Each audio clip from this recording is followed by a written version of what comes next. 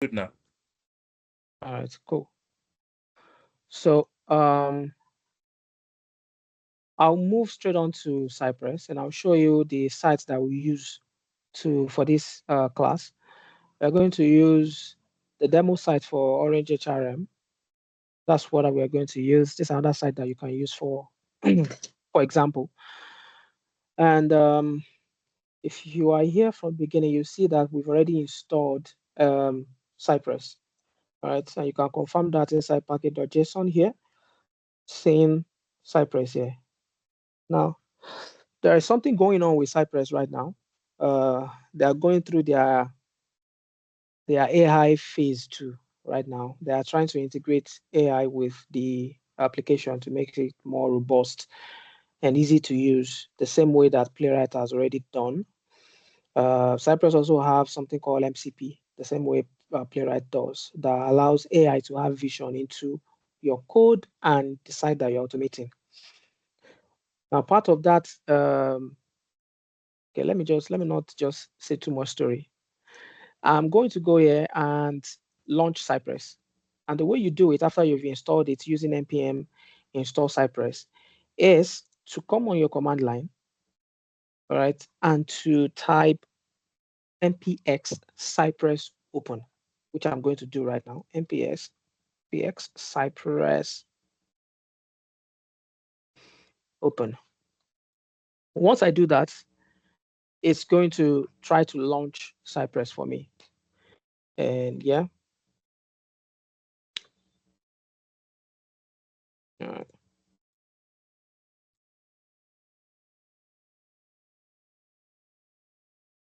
So this is it. It's trying to launch it for me. And it's telling me what is new about Cypress 15. You know, like I was explaining, they are trying to integrate with AI. It said release prepare Cypress Studio for the next era of AI assisted test creation. So you can do test recording, you can turn on experimental studio, you know, all of those things. But in the meantime, we are likely going to downgrade to Cypress 14.0 series. We are going to move away from 15.0. But I just want to show you how to launch it. And if you click continue, you will have two boards here, two cards here, end-to-end test and component test.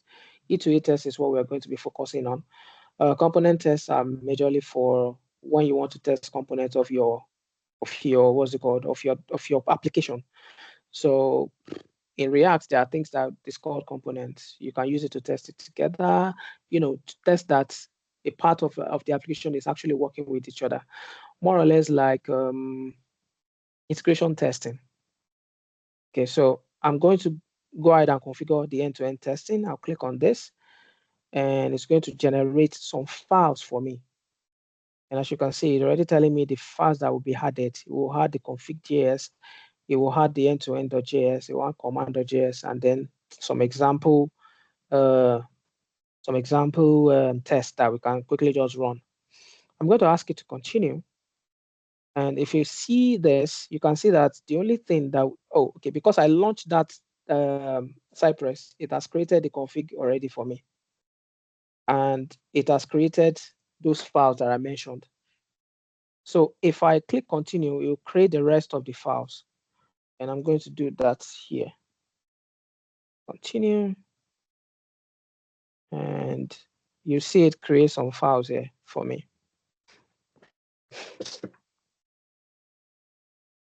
All right. And yeah, if you come here, fixture file, this example.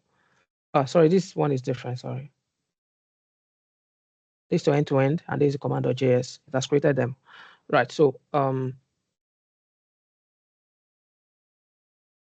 okay, sorry. Now, Cypress supports these three guys, these three browsers, the Electron, Edge, and Edge. I'm not sure if it supports Firefox. Hold on.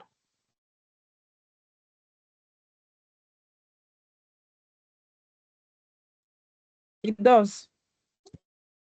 It's supporting Firefox.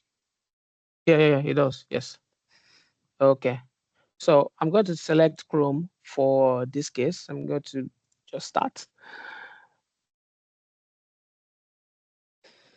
All right, this is how it looks like. If we have created a file for test files, it would show up here.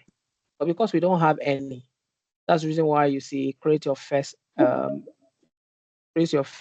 spec. So in Cypress, your test file is a spec file. Okay. And you can either create it from here or go back to your code here and create it here. And you can do that pretty easily. If you want to do that, you can go to your E2E. You can create E2E. You can create your own test file inside this place. I'm going to create a folder. I'll name it test. Okay. And inside this test now, I'm going to create another file. I'll call it first test .spec.js. Right. So this is a spec file that I was referring to. It'll be .spec.js. In actual sense,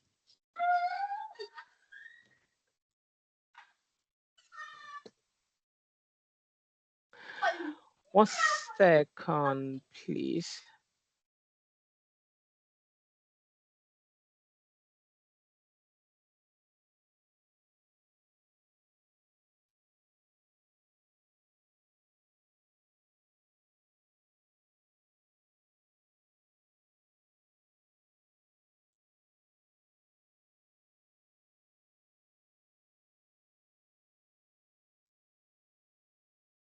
All right, guys. Am I being too fast? Yeah, somehow you are. Okay, so I'm going to go back here. So what you can do, you run Cypress, npx Cypress open. It's going to bring up a terminal, like a browser for you. It's going to bring up a browser for you, and you select E2E. And it's going to ask you, because this is the first time I'm running it, it's going to ask you if you want, it's going to tell you that some files are going to be added. Once you click next and you select your browser, then it's going to run this browser for you for the first time. If I refresh this, I should be able to see my spec file. All right, so let me go back to the interface, to the VS Code.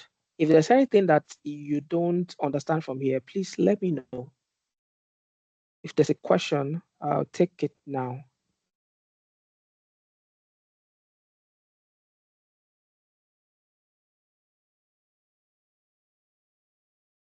Or is it that you just want me to? Okay.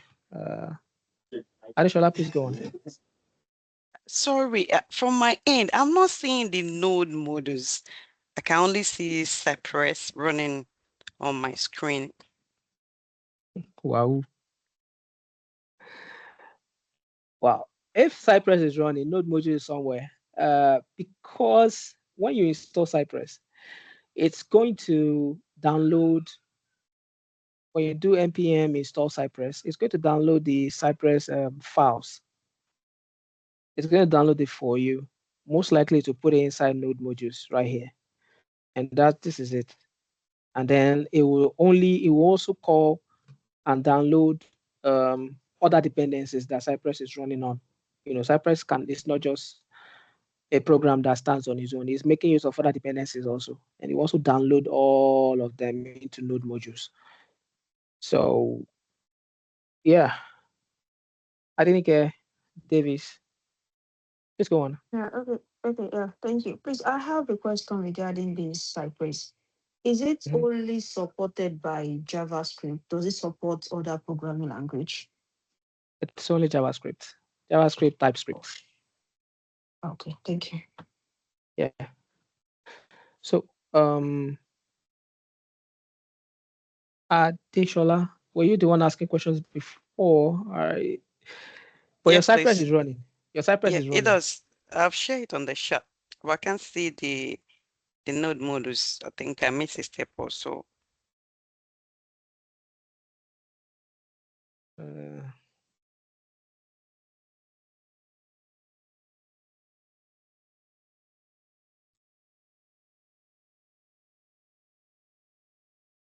that's interesting. Okay, it might be a folder thing. All right, the command line that you use to run it. Package .json is not there, sir. Yes, so I know what is going on. I know what is going on. You see, let me display my screen. You see on the command line that I have here, you will see the location of the folder that I'm working with. It goes into Quality Techies, and then I'm now inside Cypress. It is from here that I now run npm install or npm install Cypress. So it will create the files, the node modules and everything inside this Cypress folder, which I am right now. Most likely you are inside a parent folder when you run that npm install Cypress, and the then got installed inside a parent folder that is before the folder that you are currently working inside. That is most likely the reason why you are getting that error. I mean, you are getting that the node module is on your computer, somewhere in your computer. Your computer knows where it is. Cypress knows where it is, but you are not seeing it because you are not currently inside that folder. So how will I be able to rectify that, please? You can either run that command again inside the folder that you are running, you are currently is, where your cursor is, or you can copy, you can cut it and put it inside where it's supposed to be.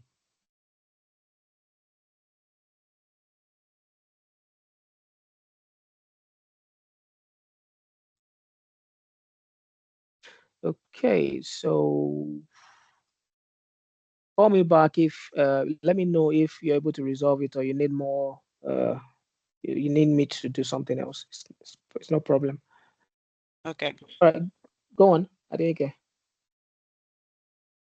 Okay, I only want to give Adeshola more insight because I had similar issue some hours ago when I installed my Cypress using the command line from my command prompts from my system. So I noticed when I opened my Visual Studio Code, I was not seeing some of the packages. So I just followed this Care guide yesterday that we should make sure that every command line we are running is from the Visual Studio project we created. So that resolved my issue too. In addition, if you bring up the terminal inside your Visual Studio Code, it will automatically land you inside the project folder that you are. And the way to bring up the terminal, if you are using either Windows or Mac, you can press Control backtick. Let me see. You see that symbol that look like a backtick underneath your escape button. If you press Control and that button, it's going to bring up your terminal. Or you can click on terminal up here. If you don't see it, click on these three dots and then you see terminal. Then you can click on new. Okay, so that will land you into you will currently place your cursor inside your working directory. Okay. So I'm going to talk briefly on this config cypress.config.js. Once you install your Cypress and run it for the first time, it will generate this for you. All right, so this is where all your configuration is. It looks small right now, but as you move on, you'll be able to know what to do here. There's a lot of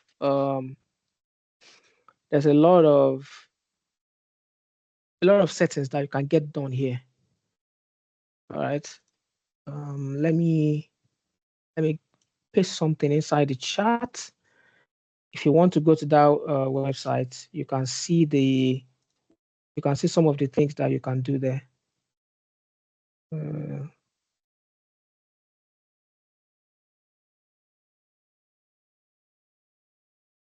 Like I said, their website is truly the best place that you can find the most information.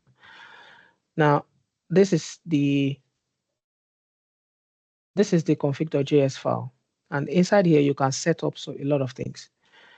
Some of the things that you can set up is the page load time.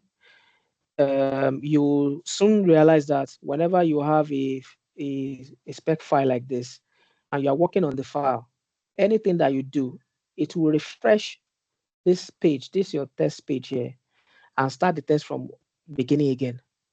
You can stop it from doing that from inside the config file. Okay.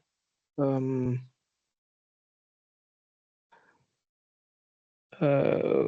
sec. All right, where is it?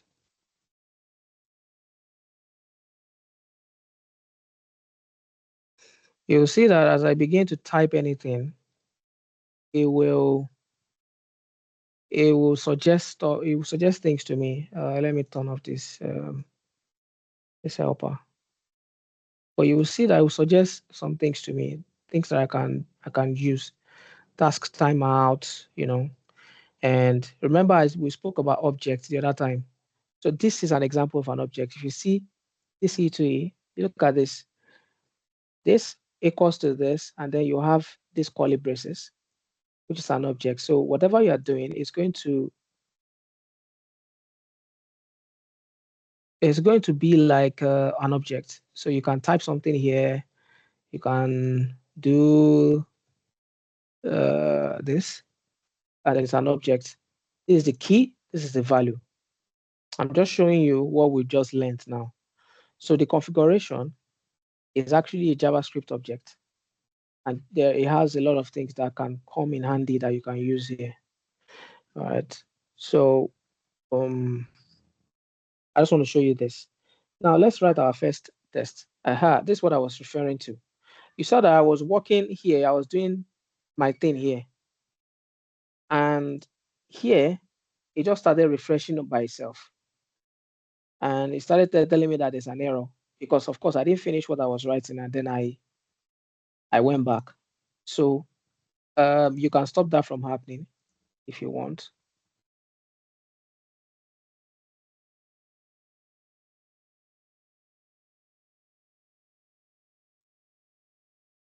Are you kidding me? Okay. So now it's fine again now.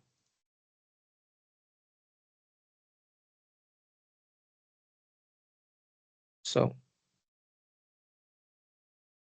they asked me to create a spec file, and I'm going to do that.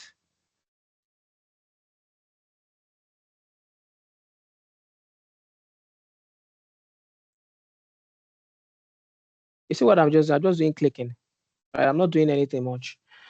So it's giving me like a scaffolding, and that's one of the good thing about Cypress. So it can help you quickly just start writing things, and so it created a sample test for me, which is inside this test here.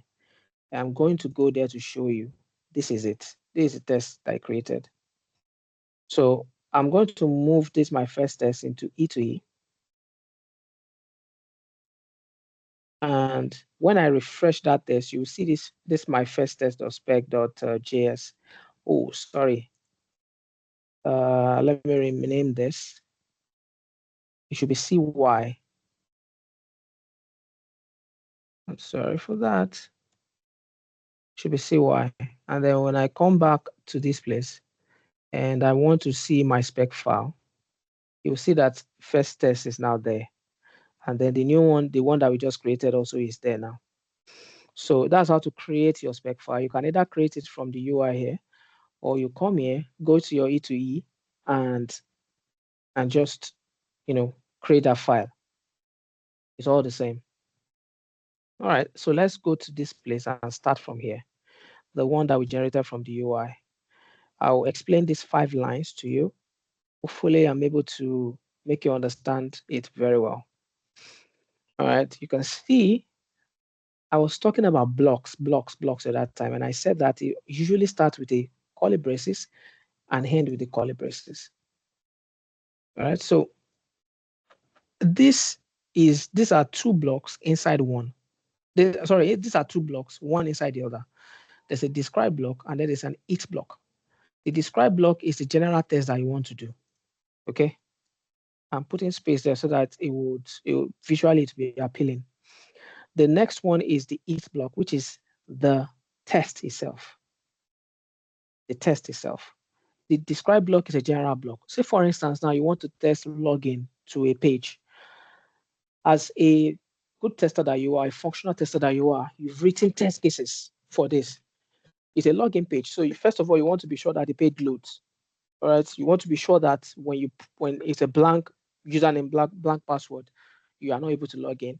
When there's a wrong password but correct username, you are still not able to log in. You know, all those test cases that you've written already, you want to now convert it to an automation test, an automated script. In that case, your describe block will house all of those tests. Say maybe like this is now going to be a login test, login spec file, for instance. I can name it anyhow I want. And then the first one can be like, it verifies that the login page loads, say for instance. And then you can write other ones here also. You can say it, open a bracket, then this verify user is not able to log in with wrong username, things like this. And this is how you write your it block. The first thing is a small description of the test that you're about to carry out.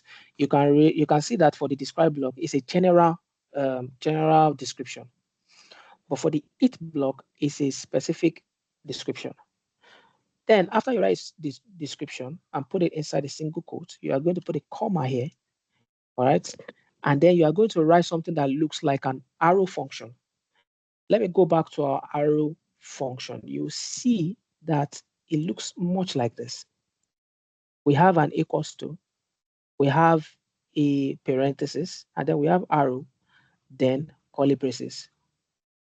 So let me go back there so that you will see. It will have curly braces, parenthesis. Then you will have arrow, and then you will have curly braces. This is what we call an anonymous function. An anonymous function is a function that does not have a name. If I go back to what we have done before, we always put a name there. This is a name addition. This is a name multiplication. But in this case, there is no name.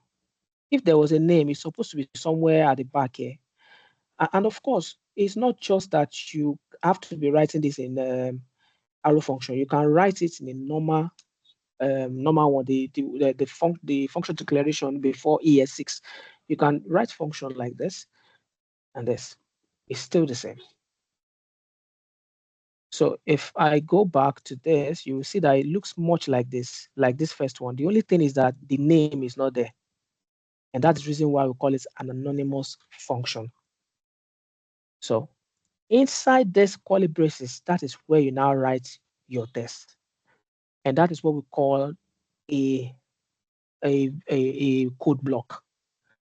And I can use this to explain var and const, the difference between them, but I'd rather do it here instead. So if I should name a variable here, sorry for going back, I forgot before, I should have done this before. So if I say let result, all right, if I just close it like this, what I've just done is I've declared a variable called result without a variable. I've created a box, but I've not put anything inside. So if I print out result, it will give me undefined. And that's what I didn't want to get to in the first place. When I was explaining some other data types, it will get undefined. Now, this result, I can then assign it to this inside here and say result equals A times B. Is that times? A times B. So instead of doing A times B here, I can do result here. Now you can see that I declared this variable outside of this code block, this thing, and I'm able to access it inside. All right. This is fine. This is how you should be using it. Now let's do another thing. Instead of declaring this here, I'm going to use a var to declare it. And that is where things will var results equals to A times B. If it was let that I use, I will not be able to access it here. But I'm going to do console.log here. Results.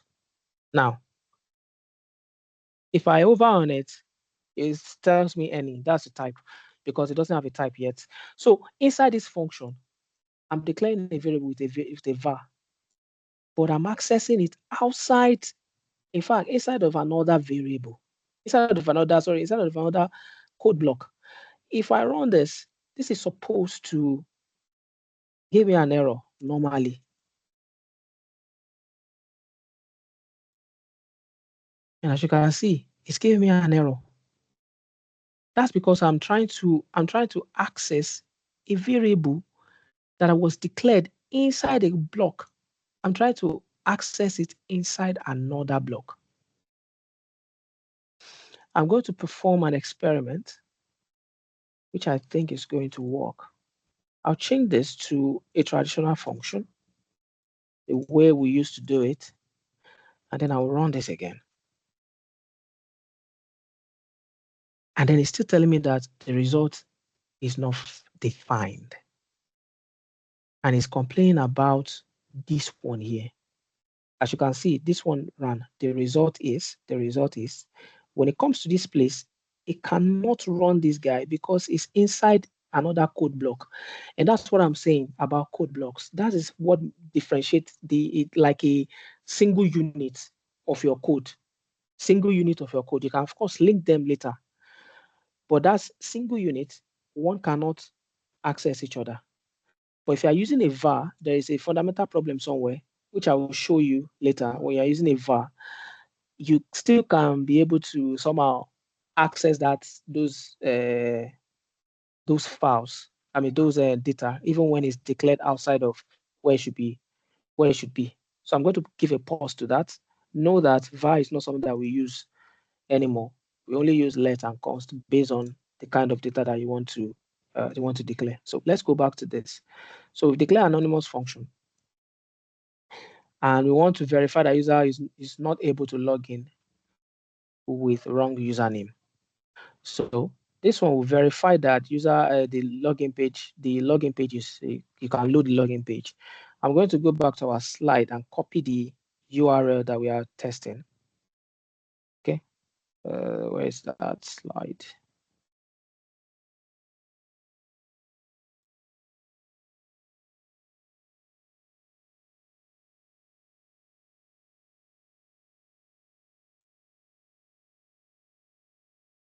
And instead of this, I'm going to paste this there. Now there are some there are some things that will let you know before we move on. How we navigate to websites is cy.visit. Two things that you need to get right now. There is cy.visit. There is cy.get.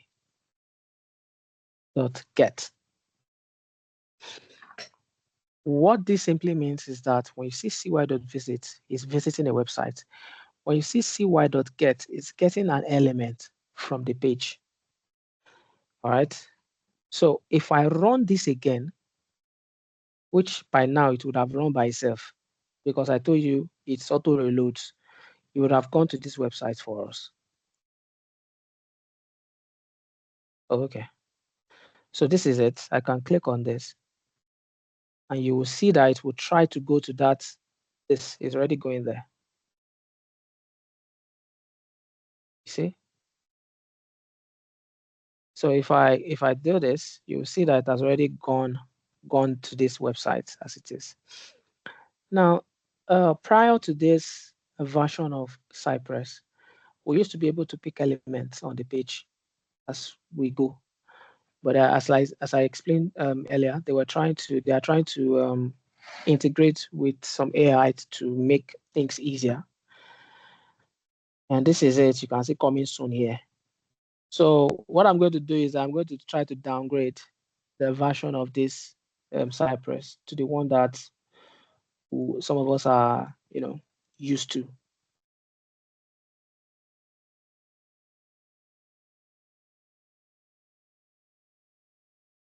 And I'll show you how to do that. Really, it's really easy.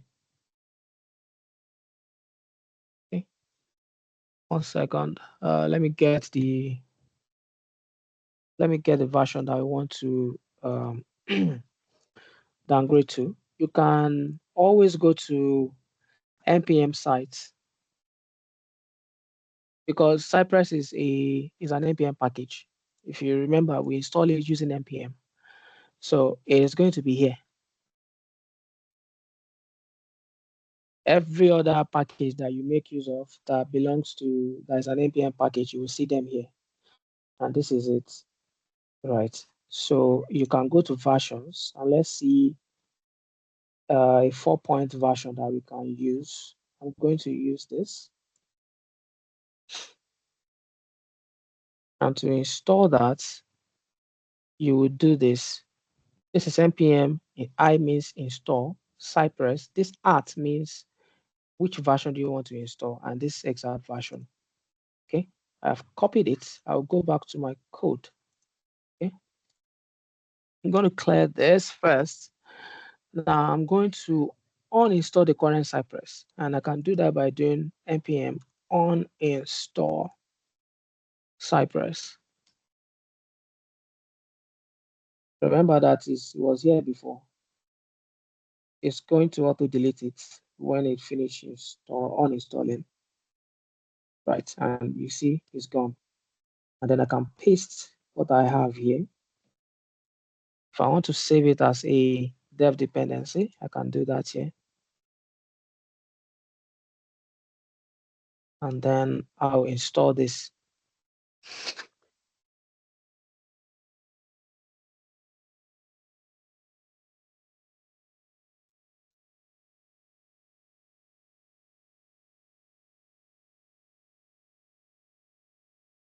All right, but how is it going, guys? Should we install this version as well?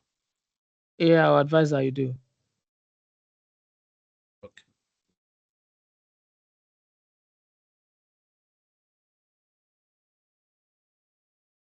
I advise that you do until they finish the AI thingy, and then you can start experimenting and using it.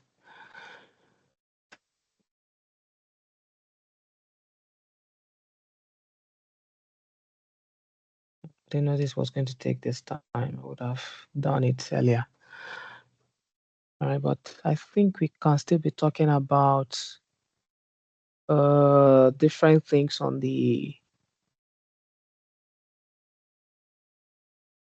this.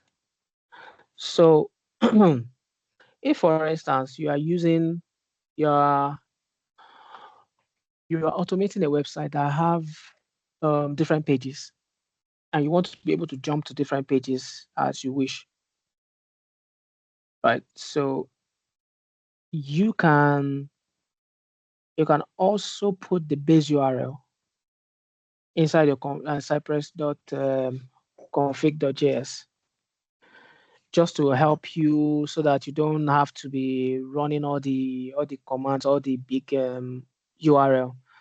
So once you put the base URL there and you navigate to wherever you want to go, it will first put the base URL, then you can add in your extension, maybe the exact page that you want to go to. How's this?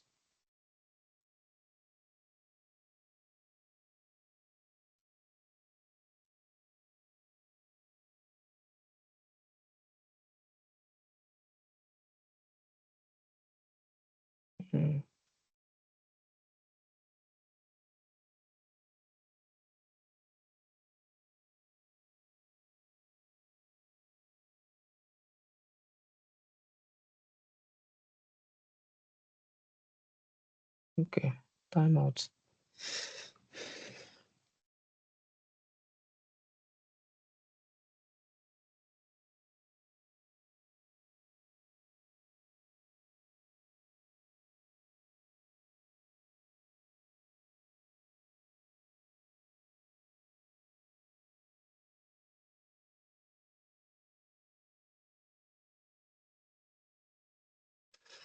Okay. Any questions for me?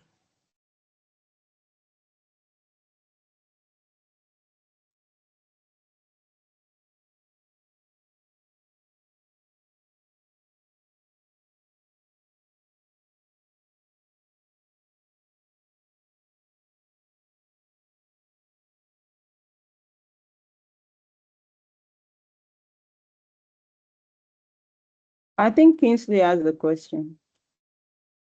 Oh, please go on. Okay. My question is regarding the JavaScript variable. I don't know if it's okay for me to ask. Hope I won't be drawing everybody back. No, go on. Okay. Or you said um, var and keyword of var variable is, should I say, uh, the pre-built-in variable with JavaScript, but would no longer use it. But my question is, which is actually giving me confusion, is that when I want to run a code, for example, I use console.log x, let me Mm-hmm. say console.log x, for example, then I declare my variable var x equal to 5, then console.log x. If I run it, it will first, the result will be the first console.log s will be undefined, while the console.log x after declaring the variable will actually give me 5. But if I do that with let, it shows error. Why is it like that? Mm-mm. Sorry, come again. What I'm saying is, if for example I declare um, a variable, let me say console.log x, for example, then Mm-hmm. after my console.log x, next line of code, I'll do var x, which is a variable name, equal to 5. Then I will print, which is called console.log x again. Then I'll run Mm-hmm. the code. It will give me undefined for the first console.log x declaration I did. Then for Mm-hmm. the second one, after declaring the variable data, it will um, uh, 5 as the answer. But if I do Mm-hmm. same for let, if I do same for let, it doesn't give me same results. Why is it like that? What result does it give you? If I declare it for let, from when I did the research, it said it cannot access X before initialization. But for var keyword, it can access X, which is it can host the X before the initialization code. Why is it like that? Exactly. Why is that different? Exactly. That's the weird thing that was corrected for var. That's one of the weird things that was corrected for var. That's the reason why we don't use var anymore. I'm coming. This is what you mean. Uh, uh This is what you mean. I declared it by like Yes, var and it's undefined. But if I do let,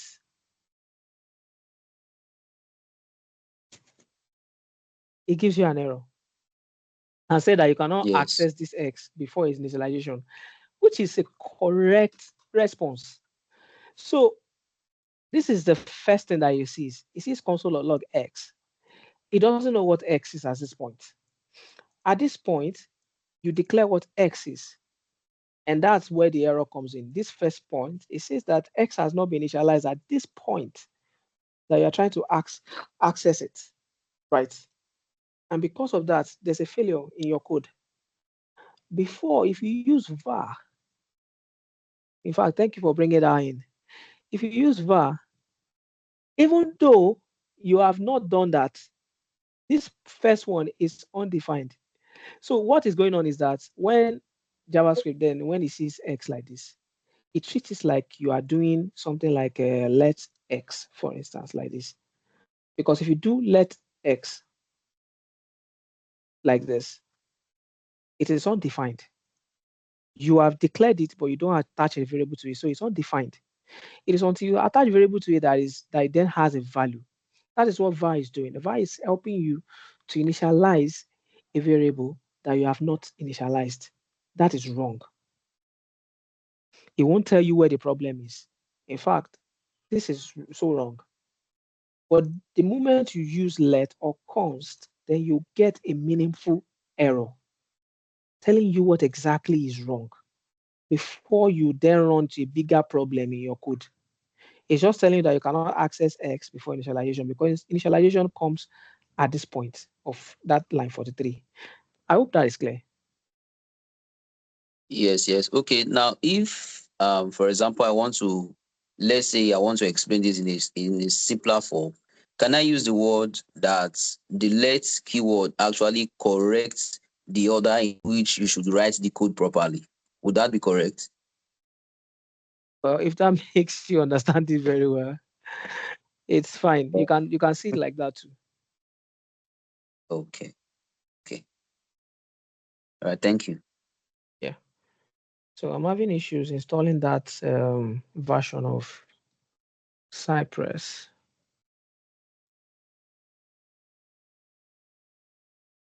I'm having issues installing it. Don't know why. I'm going to try another one.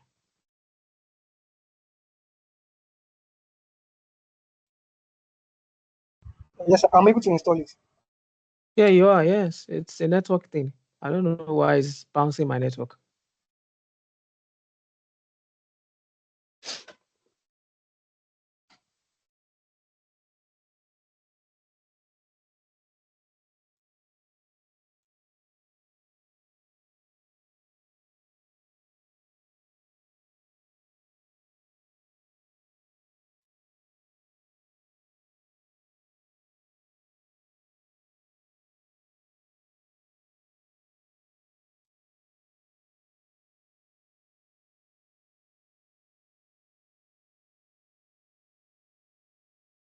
I actually want us to write at least a single test before we leave here today. Tell me that time is up. Moderator, give us 5 minutes. But I hope I've been able to open your eyes to some things today.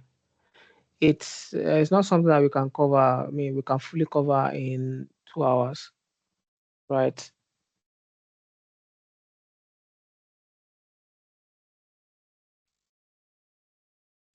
Okay, this is installing. Hopefully, it's not going to be a big difference with what I wanted to use before. So I'm going to um, I'm going to terminate the session, the current session, and you can do that by pressing Ctrl C. And I think it's the reason why I was not able to install before. So I'm going to run open, npm Cypress open. I'll be able to see how we pick elements on the page. Come on. Come on.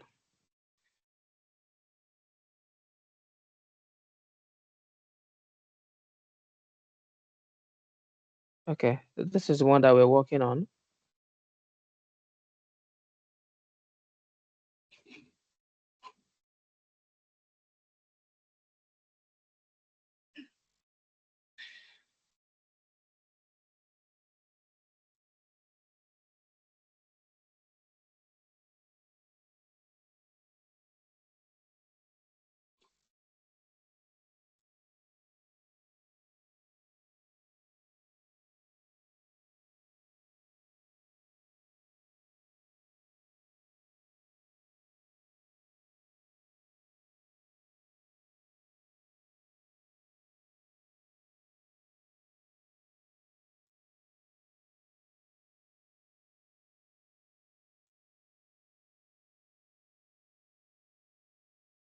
Okay, one sec. So you can see, let me close this up. You can see the title of this test. So you can see login test file. These are the things that we wrote before. And then you see verify that login page loads. Verify user is able to log in with wrong, is not able to log in with wrong username. If I go to my code here, you will see that it's the same thing that we wrote down here. So it gets translated to that side. Okay. So there's something I want to quickly chip in. We can do something that will help us in when we are running our test.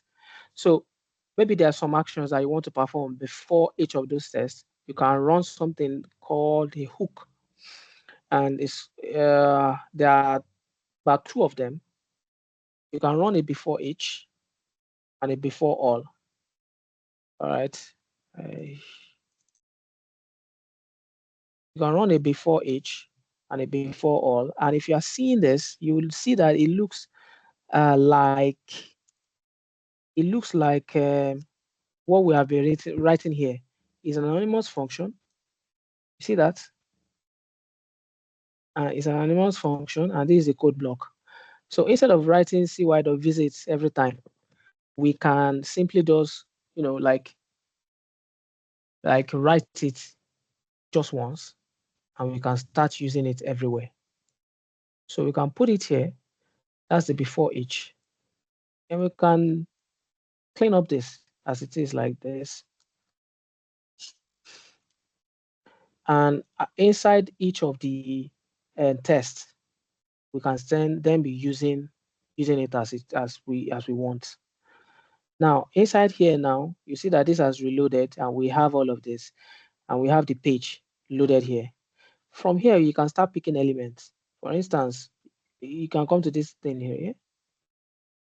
And start selecting elements that you want. Say, for instance, we want to work with this username field. If I click on it, it will tell me what it is. I can just copy it, right? And then I go back to my code and then paste it here. So it will get that element. And once you get that element, I can start working with it. Meaning that I can do something with it. I can write into it. Okay. And for me to write, I can do the type like this. The type. And whatever I want to type into it, I can type into it. All right. So this, as you can see, it has already run it for me. And you can see that it has Olawale here. Just the same thing that I wrote there. So I think the username here is admin, then admin123 for password. So I'm just going to try to log in into this, and you see. Let's go and grab the what's it called? The password field. So password, I'm going to click on it, and it's going to bring this for me, and I can copy it here. Now I'll go back and paste it here. Then I can do dot type, right? Admin 123. The next thing I want to do,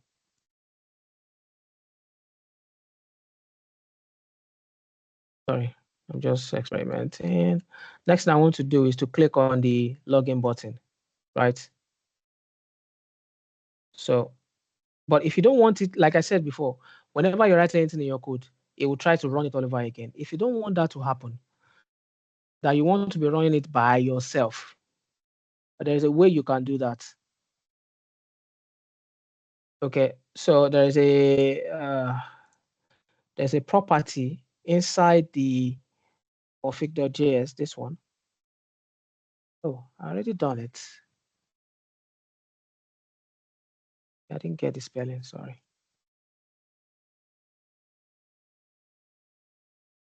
So make sure you save, and then once you save, after you save, it will not reload every time you do anything on your own side. So the next thing I want to do is to get Oh.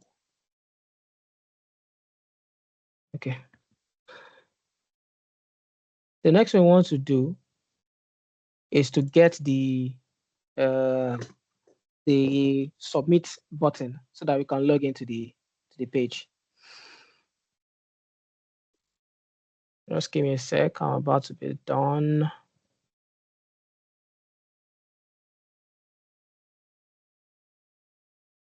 All right.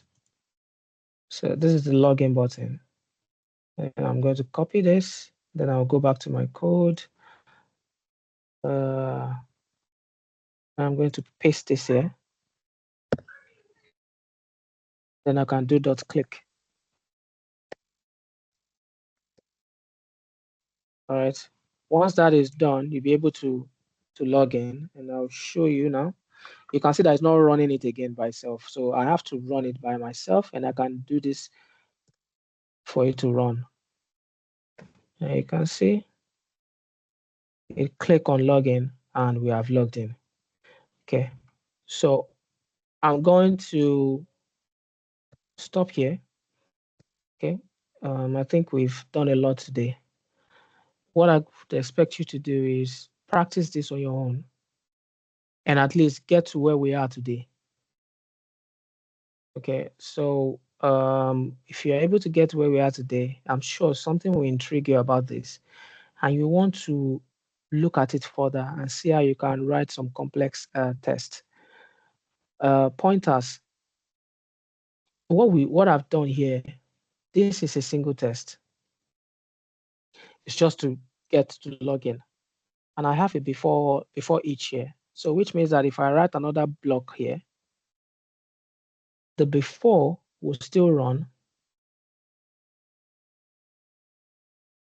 The before will still run. Will still run before this test. All right.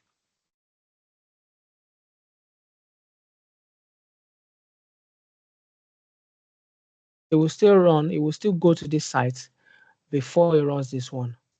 Now, what I want you to be thinking about is that if you look at this, it's kind of rough. There's a lot of things going on here. There are other methods that you can use to run this test that will make it concise and reusable. For instance, now we've selected the input field here. So if you want to test for when that input field is empty, we would have to write this all over again. Instead of doing this, you can make this a method which you can call anytime that you need. Those are ways that you can make your tests cleaner and more reliable so that you don't repeat yourself. That is keeping your test dry. This is DRY, don't repeat yourself. So I don't repeat your code, the things I've written in one place, you then repeat it all over again. So think about all of those when you are going over this video or practicing so that you set your mind into writing cleaner code for your automation. Thank you. If you have any other questions, I will take it now. Otherwise, this would be it for today.